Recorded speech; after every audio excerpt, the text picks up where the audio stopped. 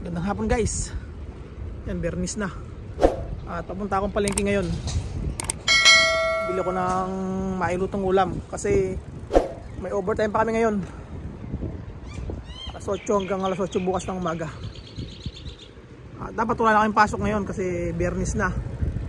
Rest day na sana namin ngayon. Kaso pinapasok kami ng supervisor namin kasi marami daw gawa. Kaya papasok kami. Sayang yun, overtime, 12 hours. At malaki ang bayad pag 12 hours, lalo pag Sabado siya. At panggabi pa. At ayan, pumunta na ako ng palengke para makabili ng pwedeng maulam.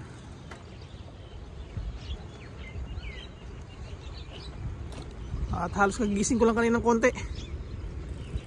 Nung napasarap na naman yung tulog. Pali 5:30 na ng hapon. At mamaya na lang guys, sa palengke na lang. Nagbabike din ako papunta doon. Dito ko sa likod dumaan. Kasi maraming sasakyan sa highway niyan kasi oras ng uwian. Dito ako sa bukid dumaan. Mamaya na lang. Magbike muna ako saglit. Guys, malapit na ako sa palengke. Ayan, may event yata dito. May mga ilaw. At malapit na ako sa palengke.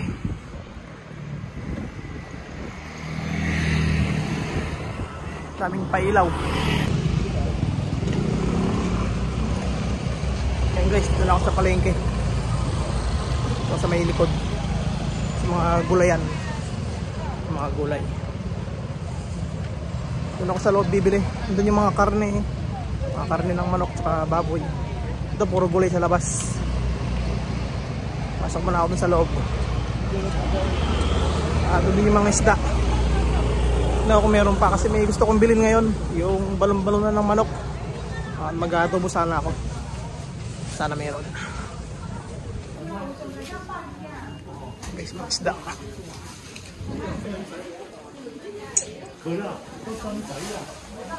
Karne ng baboy. Ito tayo. Walang balon-balon na ng manok guys. Puro karne tsaka isda. Kakaisda lang kahapon. Tapos ng isang araw karne. Ano nagbebenta ng manok dito? Tingnan ako sa iba. Baka meron pang mabili. Si kakakarni lang namin nung isang araw. Tapos isda. Sarap sana balon-balon na ng manok. I-adobo ko sana. So wala yung nagtitinda. Sarado. Tingin na ako ng iba. Guys, puro isda dito. Yung mga manok dyan kasuluto na. Yan, puro isda.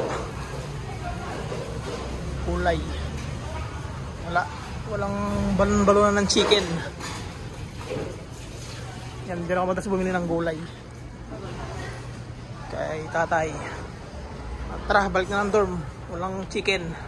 Balik na lang bukas, baka bukas meron. Iba na lang lulutuin ko ngayon. Balik na ako ng dorm guys. Ito na ako sa likod. Pauwi na. At walang nabili. Balik na lang ako bukas, baka maagang nagsara yung nagtitinda ng manok. Try ko ulit bukas. Bukas ng hapon. At balik na ako ng dorm. Tingnan na ako ng ibang maluluto. May stock pa naman ako doon. Kaso karne nga lang. Ayoko muna sana magkarne kasi kakakarne lang namin. No choice.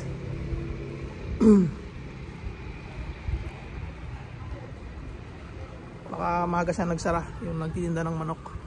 Bukas agahan ko na lang pumunta dito. At bike muna ulit guys. Guys, dito na ako sa dorm. At walang nabili.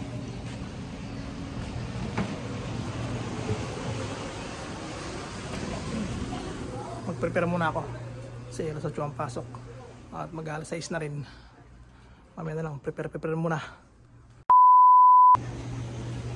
So guys, pasok na tayo.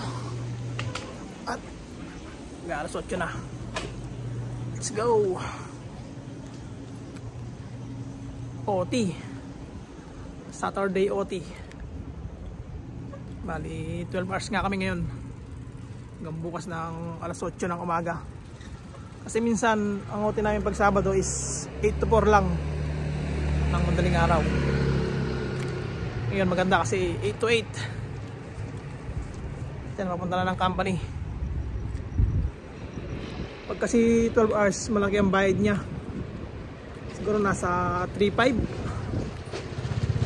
Kasi yung alam ko nasa 3.5 siya pag panggabi. Hindi ko lang alam pag pang umaga.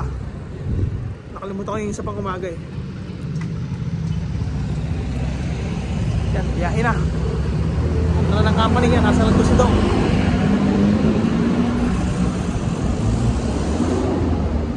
Sabado na naman bukas. Bali 6 nights kami ngayon.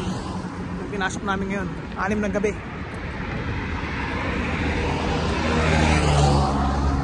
Maganda-ganda yun para maganda ang sahod. Padyak. Yan, maaga pa kasi guys, kaya marami pang sasakyan. Alas 8 pa lang. Oops.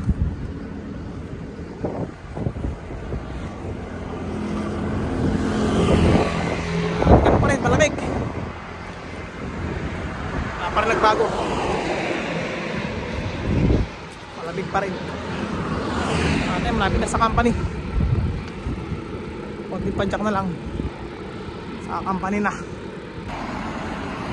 Guys, patawid na kami at maraming motor.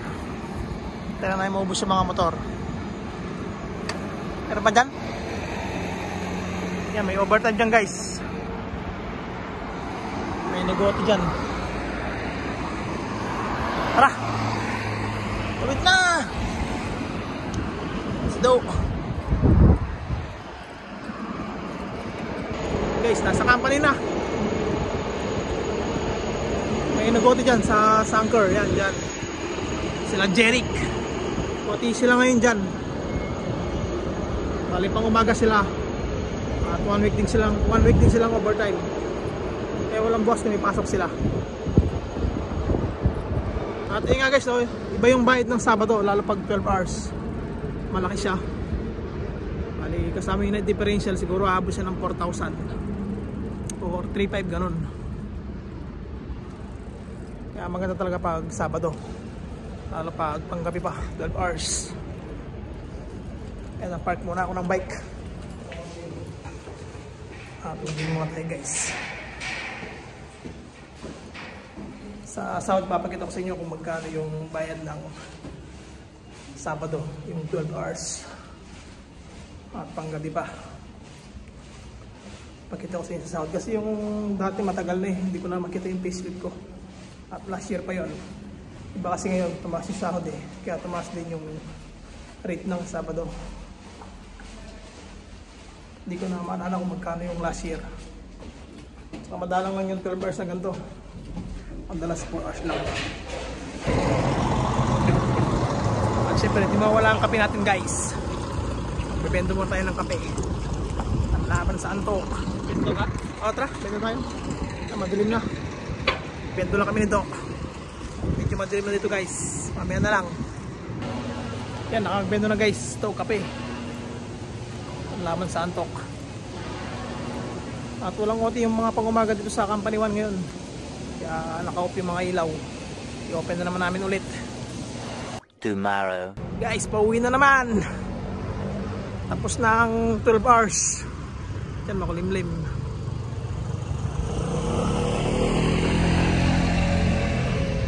Tapos na naman ang overtime.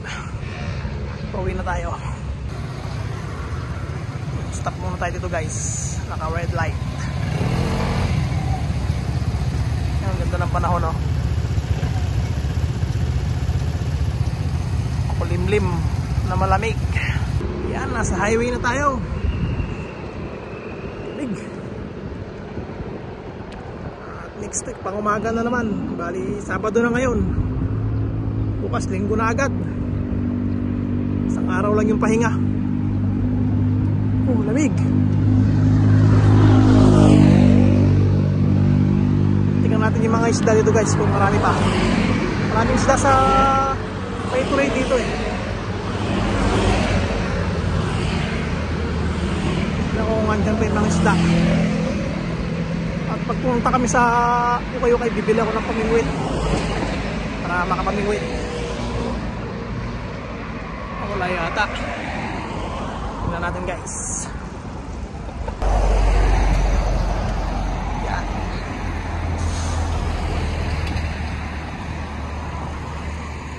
Walang tilapia ngayon guys. Banda ron.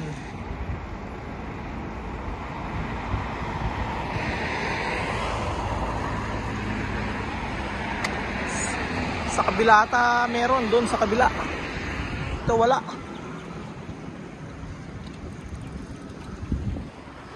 Uwi na. Nagugutom na rin ako. At kung hindi ka pa na-subscribe, subscribe ka naman. Duro lang yan.